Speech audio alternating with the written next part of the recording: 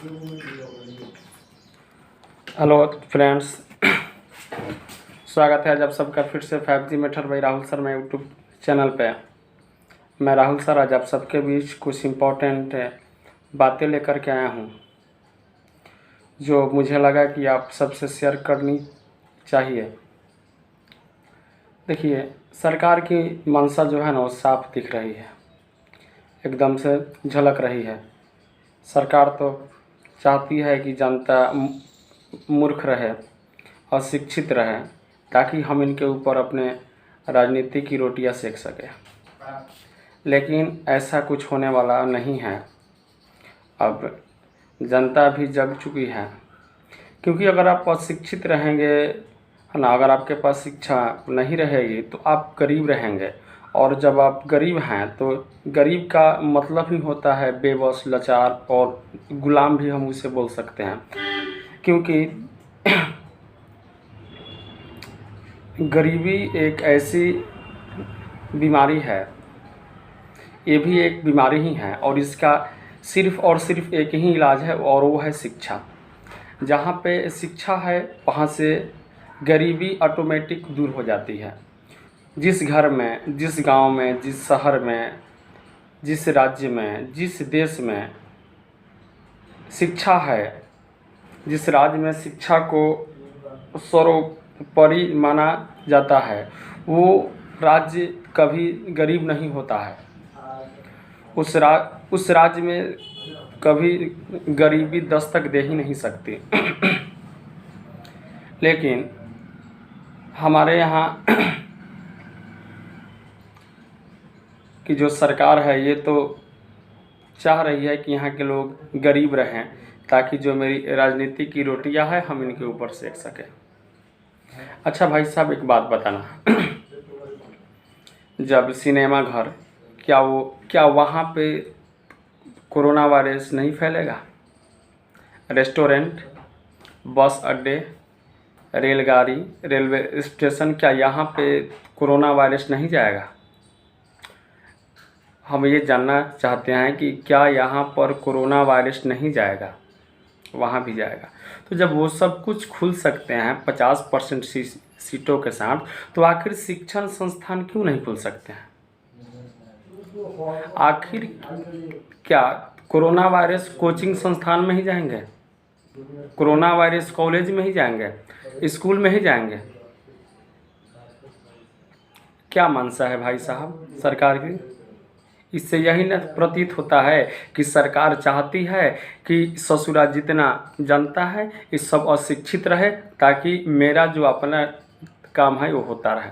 और एक बात समझ लीजिए, कोरोना वायरस हम लोगों के लिए आपदा है, लेकिन ये सरकार के लिए अवसर है।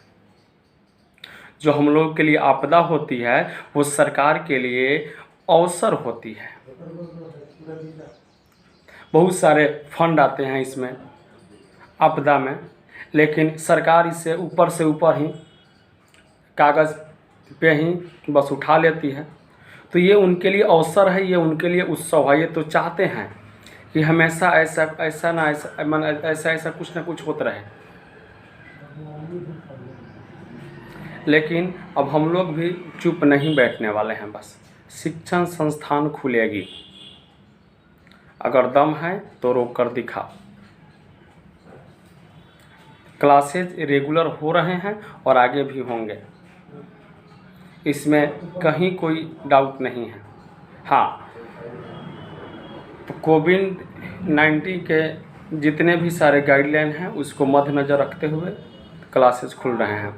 Without mask no entry, sanitiser लेकर के आना है, सब कुछ है। A to Z व्यवस्था के साथ क्लासेस खुले हुए हैं और आगे भी खुले रहेंगे।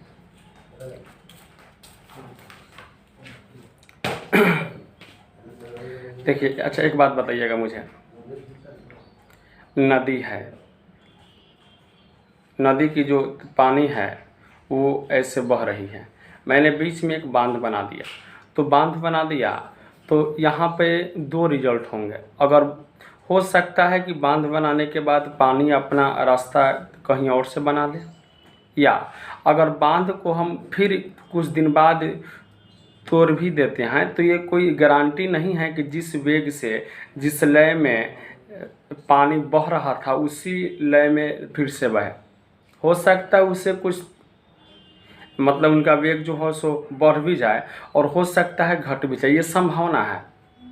लेकिन यहाँ से रास्ता बदलने की जो संभावना है वो 80% है कि क्योंकि जब ये पानी नहीं बहेगी तो कहीं ना कहीं से तो अपना एक रास्ता बना ही लेगी।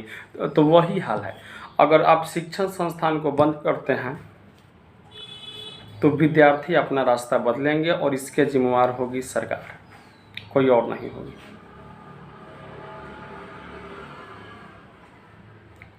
लेकिन ये बात सबको समझ में आए तब तो बहुत बहुत दुख होता है मुझे ये सब सुन करके। अरे भाई, एक तरफ आप कहते हैं शिक्षित बने, विकसित बने, और एक तरफ आप शिक्षण संस्थान को ही बंद कर देते हैं। क्या है भाई साहब आपकी मानसा? आप तो यही चाहते हैं ना कि जनता मूर्ख रहे। और एक और बात मेरे प्यारे विद्यार्थियों समझ लें, फेसबुक का प्यार और यूट्यूब का ज्ञान कभी भी सक्सेस नहीं है। ये सब सिर्फ देखने में ही अच्छे लगते हैं। रियल में पढ़ाई क्लासरूम में ही हो सकता है क्योंकि वहाँ पे एक माहौल होता है। अच्छा, मैं आपसे बोलूँ कि आप जिम करते हो, चलोगे मेरे साथ जिम, तो आप यही ना बोलोगे कि नहीं मैं तो अपने घर से घर पे रह के ही एक्सरसाइज कर लूँगा। लेकिन आप ये बात 2 सालों से बोल रहे हो, लेकिन क्या इतना दिन एक्सरसाइज हुआ है घर पे? अगर आप यही जिम जाओगे तो वहाँ पे एक माहौल होता है, आप वहाँ पे जिम 1 घंटा 2 घंटा रेगुलर कर सकते हो।